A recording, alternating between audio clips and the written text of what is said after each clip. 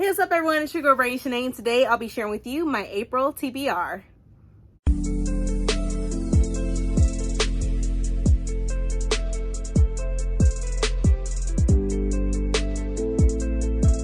And I am back, and also if you're new to my channel, welcome. If not, welcome back. So like I said before, I'll be sharing with you my April TBR and pretty much my reading plans for April, because plans tend to change and so does my TBR. So anyways, the first book that I'll be reading in April is You Truly Assumed by Layla Sabrine. I have been wanting to read this for a while. This book came out in February, and I know it's about three girls, and we are following, having three different points of views. The first girl's name is Sabria, then we have Zakat, and then we also have Farah. So I definitely look forward to reading this, and then I'll read the synopsis on the back. So it says, Sabria is devastated when a terrorist attack rocks the U.S., stirring anti-Islamic sentiment. She takes solace in writing in her private online journal, You Truly Assumed, only to discover it isn't private at all, and there are many others out there like her. Zakat knows finding a kindred voice online is fate. Yet, when her own haven is vandalized, Zakat wonders if she'll ever feel safe again. Farah doesn't want to visit her father and his new family, but sometimes a change of place brings a change of heart for Farah, for the boy she might love, and for the new friends she meets through You Truly Assumed. When threatening comments and emails try to silence them, the three Black Muslim girls must decide, shut things down and stay safe, or risk it all and let their voices be heard. And then, of course, at the beginning of the book, it talks about, the content warnings in this. So it lets you be aware that if this book isn't for you, you shouldn't read it or pick it up. But it even says this book contains instances of racism, anti-Muslim hate, and online harassment. So yes, so I definitely look forward to reading this, and yeah, this is one of my anticipated reads, so I have a feeling I'm gonna love it anyway, and I haven't read it yet. So here's the first book that I'll be reading in April. This next book is a comic that I've been wanting to read for a while, and it's been on my shelf, and I need to do so because I read all the Shuri comics and stuff, so I want to continue on. And this is Black Panther. This is Killmonger by Any Means. So this in some more detail about Killmonger, which I love Killmonger, of course, because that was played by, Michael B. Jordan, exactly. But yeah, so I definitely can't wait to read this. And even on the back, it says, the brutal tale of how the Black Panther's greatest foe became the man known as Killmonger. It says, long before he became Eric Killmonger, the revolutionary who defeated the Black Panther in ritual combat and stole the throne of Wakanda, he was a boy known as N'Jataka, a boy who was stolen from his home in Wakanda and taught only the world's cruelties. A boy who knew the Black Panther only as a fairy tale, a whisper from strangers. This is the story of a young man driven by revenge. This is where Killmonger's legend begins. But what role does Wilson Fisk, New York's kingpin of crime, play? And who will feel the sting of the Black Widow? So yeah, definitely look forward to reading this. It will be a very fast read for me, but I love Killmonger, so I definitely cannot wait to read this. So here's the next thing I'll be reading. And then this next book that I'll be reading is one of the Book of the Month picks I had chosen last month, so it's about time I read it, and that is Blacktop Wasteland, and this is by S.A. Cosby. I loved Razorblade Tears, and I wanted to read this book. I know this book came out prior to Razorblade Tears, I think in 2020. So I definitely look forward to reading this. I'm definitely can tell I feel like it's going to be like a thriller type of thing. But yeah, I'm all for it. And then even the synopsis, it says a husband, a father, a son, a business owner, and the best getaway driver east of the Mississippi. Beauregard, or Bug for short, Montage is an honest mechanic, a loving husband, and a hardworking dad. Bug knows there's no future in the man he used to be, known from the hills of North Carolina to the beaches of Florida as the best wheelman on the East Coast. He thought he'd left all that behind him, but as money gets tight, his carefully built new life begins to crumble. Pushed to his limits by poverty, race, and his own former life of crime, Bug finds himself drawn inexorably back into that world. When a smooth-talking former associate comes calling with a can't-miss jewelry store heist, Bug feels he has no choice but to get back in the driver's seat. And Bug is at his best when the scent of gasoline mixes with the smell of fear. Haunted by the ghost of who he used to be and the father who disappeared when he needed him most, Bug must find a way to navigate this blacktop wasteland or die trying. So yes, another book by S.A. Cosby, and I cannot wait to read this. Sounds really good. Let me know down below in the comments if you have read this book and your thoughts and what was your rating. I just would love to know. But yeah, cannot wait to read this. Cannot. Then the next book, this is going to be for like the Brandon Sanderson read along. This is the second book, which it's definitely longer than the first one, and that is The Well of Ascension, which I cannot wait for this because it was brought up a lot in the first book. Now I need to know what it is and what happened as far as the Lord Ruler goes and stuff like that when he kept mentioning the Well of Ascension. And then even on the back, which I'll read the synopsis, it says, "Evil has been defeated. The war has just begun. They did the impossible, disposing the godlike being whose brutal rule had lasted 1,000 years. Now then, the street urchin who has grown into the most powerful mistborn in the land, and Ellen Venture, the idealistic young nobleman who loves her, must build a healthy new society in the ashes of an empire. They have barely begun when 3 separate armies attack. As the siege tightens, an ancient legend seems to offer a glimmer of hope. But even if it really exists, no one knows where to find the Well of Ascension or what manner of power it bestows. It may be that killing the Lord Ruler was the easy part." So yeah, there we have it. Definitely cannot wait to read this, and yeah, it's going to be a good time. Definitely going to be a good time, especially getting to know more about Ben and Ellen's relationship. I think that Ellen just seems such a sweetheart to me. Like, such a sweetheart, especially he's a lover of books. Like, who doesn't love Ellen?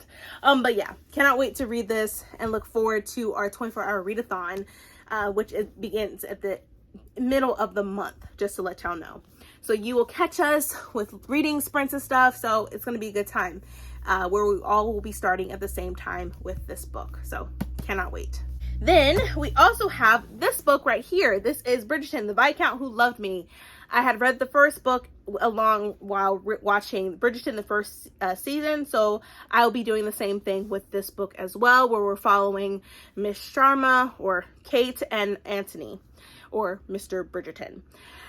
And I hopefully I like this. I just started watching the second season, and it's okay so far, but I'm definitely gonna be reading this book and then compare and contrasting between, of course, the TV series and the book, which we all know the differences most part, but as far as detail and stuff regarding certain parts or scenes, I'm definitely going to be bringing it up.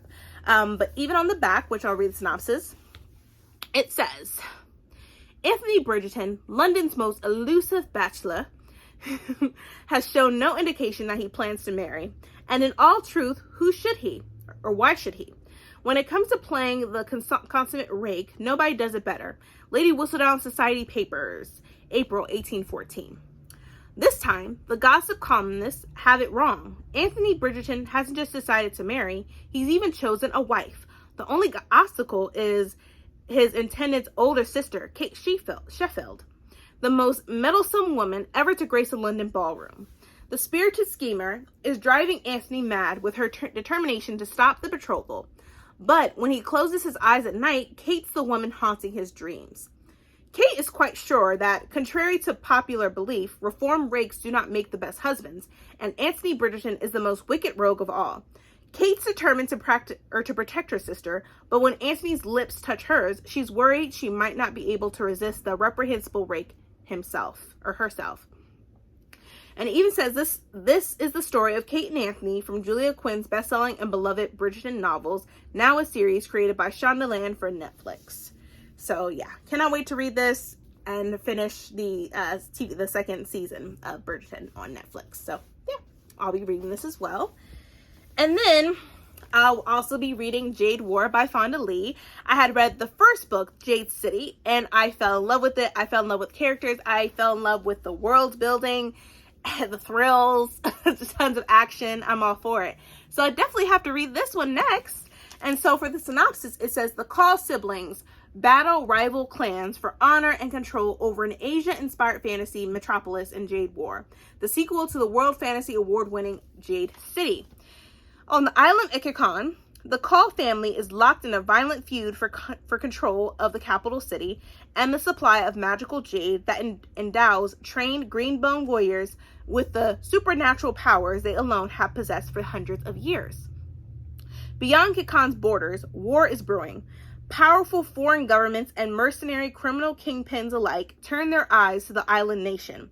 Jade, Kakan's most prized resource, could make them rich or give them the edge they need to topple their rivals. Faced with threats on all sides, the Call family must form new and dangerous alliances, confront enemies in the darkest streets and the tallest office towers, and put honor aside to do whatever it takes to ensure their own survival and that of all the green bones of Kakan. Yes, so I look forward to reading this. I love like I said, I love the characters. I loved all the action-packedness in the first book, so I will be following along with this book and reading this, so cannot wait. And then the next book that I'll be reading, which is big, I think I'll get through it. I probably will take my time, but that is The Love Songs of W.E.B. Du Bois. This is by Honoré Fanon Jeffers. This book came out last year. This was Oprah's book club pick last year, and I'm looking forward to reading this. I want to know more about it. I've heard nothing but great things about it. And then even for the synopsis, it says, the great scholar W.E.B. Du Bois once wrote about the problem of race in America and what he called double consciousness, a sensitivity that every African American possesses in order to survive.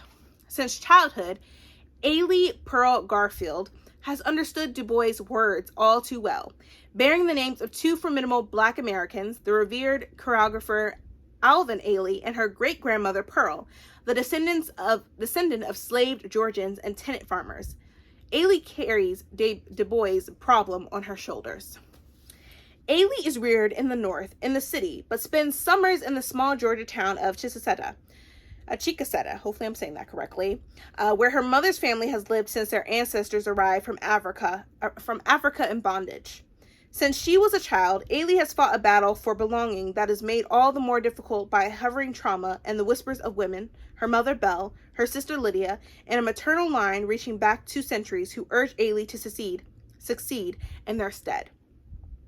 To come to terms with her own identity, Ailey embarks on a journey through her family's past, uncovering the shocking tales of generations of ancestors, indigenous, Black, and white in the Deep South.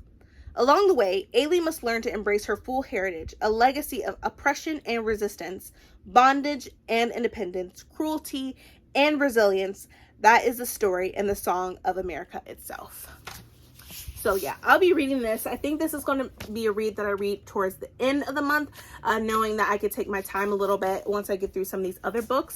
And it is huge, and the print is pretty small, but I believe I can get through this. If I can read other larger books, I believe I can do this as well. But I do want to take my time because I know it talks about hard-hitting topics. So I definitely want to take my time and grasp everything and also to process everything as I read it. So yeah, this is another book that I plan on reading in April.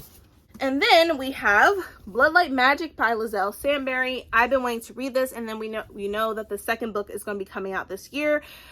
This has been on my shelves for a while, and I've been wanting to get a hold of this book and to read it, like, finally. But yeah, I look forward to reading this, and like, even on the back it says, to save my family's magic, I must destroy my first love. I never wanted to be a killer, but I am a Thomas witch. We suffer and we survive, which says that on the very back. So yeah, I cannot wait to read this, and the cover is just gorgeous. So this is also another book that I will be reading in April. Also, I'm going to be reading the third and final book of the Poppy War series, which is right here, and that is The Burning God by R.F. Kuang. I am really excited about this book. I really want to know what happens towards the end of what's happening with Ren and Katai and Nija and all that. I really want to know what happens, especially if it's going to be like where they live. Is it going to be a democracy or a republic? What is it going to turn out to be towards the end of this series? So let me go ahead and read the synopsis. Like I said, I'm really excited about this book. And it says, the exciting end to the Poppy War trilogy, R.F. Kuang's acclaimed award-winning epic fantasy that combines the history of 20th century China with the gripping world of gods and monsters to devastating, enthralling effect. After saving her nation of Nikan from foreign invaders and battling the evil Empress Zhu Daji in a brutal civil war, Fang Runan was betrayed by allies and left for dead. Despite her losses, Ren hasn't given up on those for whom she has sacrificed so much. The people of the southern provinces, and especially Takani, the village that is her home. Returning to her roots, Ren meets difficult challenges and unexpected opportunities. While her new allies in the southern coalition leadership are sly and untrustworthy, Rin quickly realizes that the real power in Nikan lies with the millions of common people who thirst for vengeance and revere her as a goddess of salvation.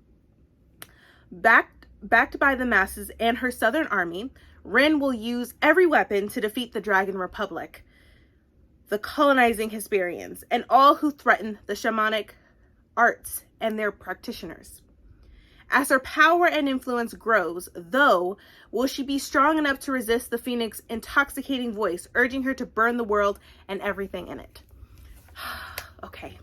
This is where Rin can redeem herself. I feel like this is the book of redemption for Rin. I definitely look forward to seeing what the choices that she's going to make in this third book. Hopefully from the first book, from the second book, her growth has been tremendous. Like, there'll be a big difference, but I'm not going to keep my hopes up with that because she has let me down a little bit when it comes to that as far as growth, but who knows, she might just surprise me. But this is another book that I do plan on reading in April. Now for these next 3 books, I am a part of Tour.comathon, which is hosted by Bethany from Beautifully Bookish Bethany. And so for this is going to be happening between April the 16th through April the 22nd. So like a week long, which I'm excited to be a part of and a co-host. And so these are going to be the 3 books that I'm going to be reading for that alone.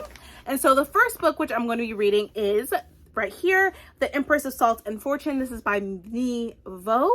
And then for the synopsis, which I'll go ahead and read that, it's a young royal from the far north is sent south for a political marriage in an empire reminiscent of Imperial China.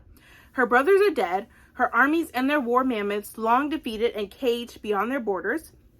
Alone and sometimes reviled, she must choose her allies carefully. Rabbit, a handmaiden sold by her parents to the palace for the lack of 5 baskets of dye, befriends the emperor's lonely new wife and gets more than she bargained for. At once feminist high fantasy and an indictment of monarchy, this evocative debut follows the rise of the Empress Inyo, who has few resources and fewer friends. She's a northern daughter in a mage-made summer exile, but she will bend history to her will and bring down her enemies piece by piece. So this is one of the books I plan on reading. It definitely looks interesting. It has like animals and stuff, like rabbit and all that. It's only maybe 112 pages, so it's a novella. So I'm excited to read this. I've been seeing it for a while now. I think there's a second book as well, which I might not read for Tour.comathon, but I definitely will be reading it sometime this year. So that is the first book that I'll be reading for Tour.comathon. And then the next book that I'm going to be reading is Goliath by Toshi Yamaguchi. This had came out this year, so this is a 2022 release. I'm so excited to read this. And then on the back, it says, in the 2050s, Earth has begun to empty. Those with the means and the privilege have departed the great cities of the United States for the more comfortable confines of space colonies. Those left behind salvage what they can from the collapsing infrastructure. As they eke out an existence, their neighborhoods are being cannibalized. Brick by brick, their houses are sent to the colonies. What was once a home, now a quaint reminder for the colonists of the world that they wrecked. A primal biblical epic flung into the future, Goliath weaves together disparate narratives. A space dweller looking at New Haven, Connecticut, as a chance to reconnect with his spiraling lover. A group of laborers attempting to renew the promises of Earth's crumbling cities, a journalist attempting to capture the violence of the streets, a marshal trying to solve a kidnapping into a richly urgent mosaic about race, class, gentrification, and who is allowed to be the hero of any history. So this is also something that I'm going to be reading for Tour.comathon. It's been on my shelves. It's about time that I read it, and this is a good time to do that. So yeah, this is the second book that I'm going to be reading for Tour.comathon. And lastly, the last book and third book that I'm going to be reading is, of course, the group book, which is right here, Remote Control by Nnedi Okorafor. I've heard nothing but great things about this book. I love the cover. It looks amazing. I love Nnedi Okorafor. So I'm really excited to read this. And then for the synopsis for this book, it says, the new book by Nebula and Hugo Award winner Nnedi Okorafor. She's the adopted daughter of the Angel of Death. Beware of her. Mind her. Death guards her like one of its own. The day Fatima forgot her name, death paid a visit. From heroin in she would be known as Sankofa, a name that meant nothing to anyone but her, the only tie to her family and her past. Her touch is death, and with a glance a glance a town can fall, and she walks alone, except for her fox companion, searching for the object that came from the sky and gave itself to her when the meteors fell, and when she was yet unchanged. Searching for answers. But is there a greater purpose for Sankofa, now that death is her constant companion? So yes, this is our group book, and I'm really excited to read this, and we'll be having a discussion about this book, particularly on the 22nd of April. So you have time to read that. I'm going to be personally reading, of course, since it starts on April the 16th. That's when I'm going to start reading my tour.com books. So yeah, definitely cannot wait. It's going to be a fun time, and it's just going to be fun. I'm going to love it. I'm going to enjoy it. And I'm really interested in hearing everybody's thoughts once they read the book. But that is it. That is my April TBR and all the books I plan on reading in April. I really hope you enjoyed this video. If you did, please, please, please give me a thumbs up. Also, hit that subscribe button and that bell to be notified when I upload more videos in the future. But thank you so much for watching, you guys, and please stay healthy and stay safe. See ya.